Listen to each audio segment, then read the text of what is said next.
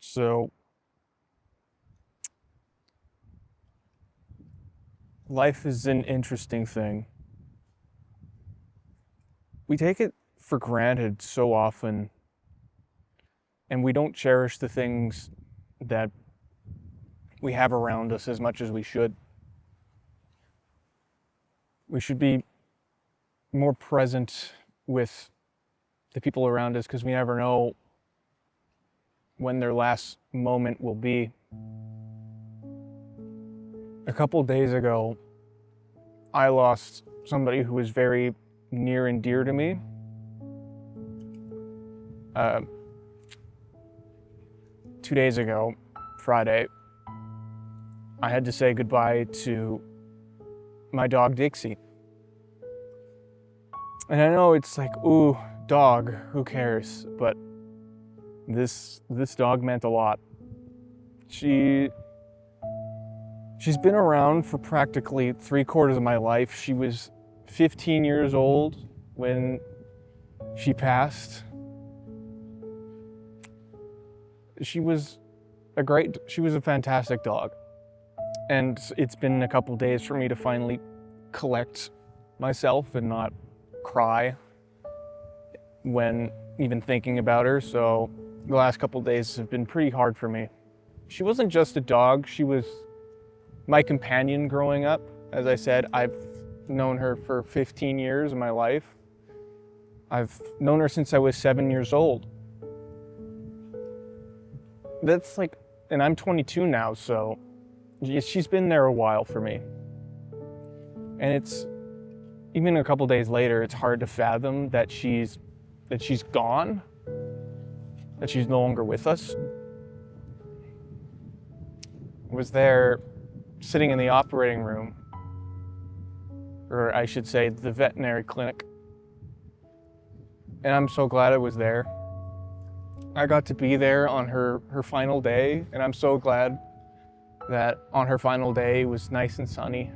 It was a beautiful day. Beautiful day. She got to spend her final day comfortable, surrounded by loved ones. And then she just went to sleep. It was easy as that. It was the hardest decision that my family has ever had to make, was deciding that it was time for her, to pass on into the next life.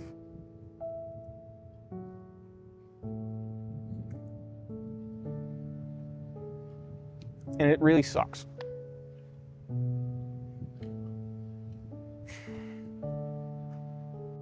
I'm sure most of you can relate. What? Now that she's gone, there's like a Dixie-sized hole in my house, my life. Because dogs aren't just, a pet. I mean, they are, but in a way you kind of become connected to them both in mind and soul. They become a part of you in a sense. They're your family. I knew the day was coming because Dixie, as a 15-year-old, she started to not move as much, and 2 years ago she got her hip dislocated, and thankfully the vet was able to place it back and give it. We were ready to possibly pull the plug then, because we didn't know if it would set back in right. Even the vet was like, "Hey, this might not work, and we might have to put her down." But thankfully, she managed to pull through, and we got an extra 2 good years out of her. And as she got older, she couldn't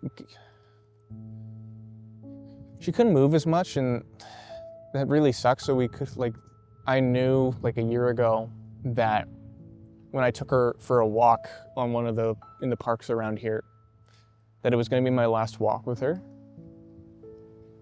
So I tried to savor that as much as possible. But I knew that her time was coming. She spent her final morning, enjoying the sun because it was a nice sunny day.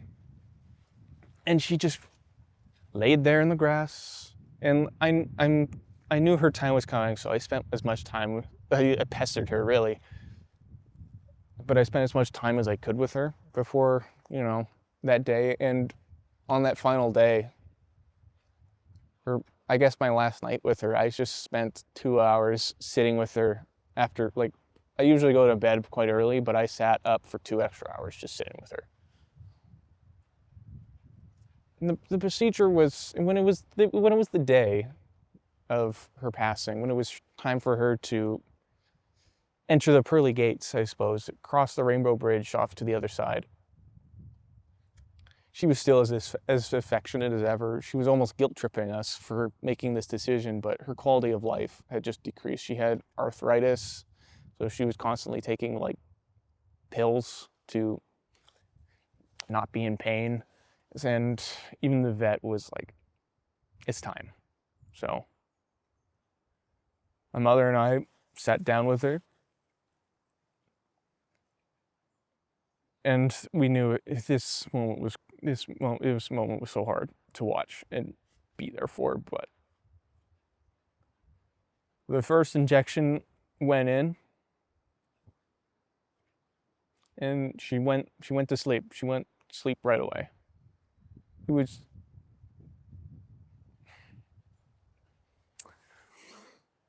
And then the second injection went in, and it was too fast. She was just gone.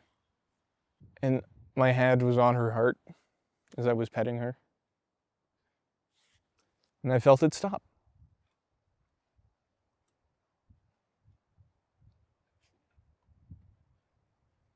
And I broke. I'm honestly on the verge of breaking again. Just thinking about it. This moment's been playing in my head for the last 2 days nonstop.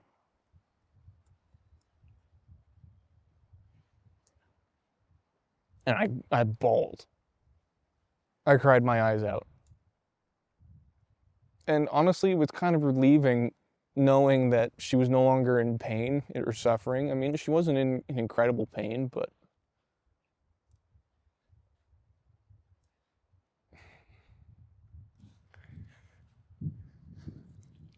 it was over. It was over. It was so weird that in a moment, she was there and she was present. And then just like that, absence. She wasn't there. No, it's funny. Dixie, she was very quiet. She was a quiet dog. So she didn't jump in your face or anything. She had her own way of showing affection. So she didn't come up to you and try to lick your face and go bleh, bleh, whatever. But she would just come up to you, her tail's wagging, and then she would nuzzle her way in between your legs, and she would just sit right here. And she would stare up at you, and it was just the cutest thing. And she also had this like a weird crawl on her belly that she would do. She would lay down, and her tail would be wagging back and forth, and she would just kind of like scooch her belly across the ground as she wormed her way towards you. I'm showing you a clip right now of her doing it. But like I said, it gives me a lot more perspective on animals and just the things that we love. Because we know nothing in this world is finite, and I think that's what makes it beautiful and makes things matter. Because if things lasted forever, like a dog, for example, like Dixie, for example, I don't think you would appreciate the time that you have with them. And I'm kind of, if there's a meaning for this, behind this, is that life is precious because it's finite. Nothing in this world lasts forever. Dixie gave me 15 good years, 15 years of good days, and I would have taken 100 more. But I'm grateful for the years that I got, because a good dog is a gift. Anything good in your life is a gift. Nothing in life has to be good, but dogs are one of the good things in life. But if there's one thing from her passing that I've learned, it's this. life is precious. Don't wait to appreciate it. Don't wait to love the ones who matter most to you. Thank you for listening.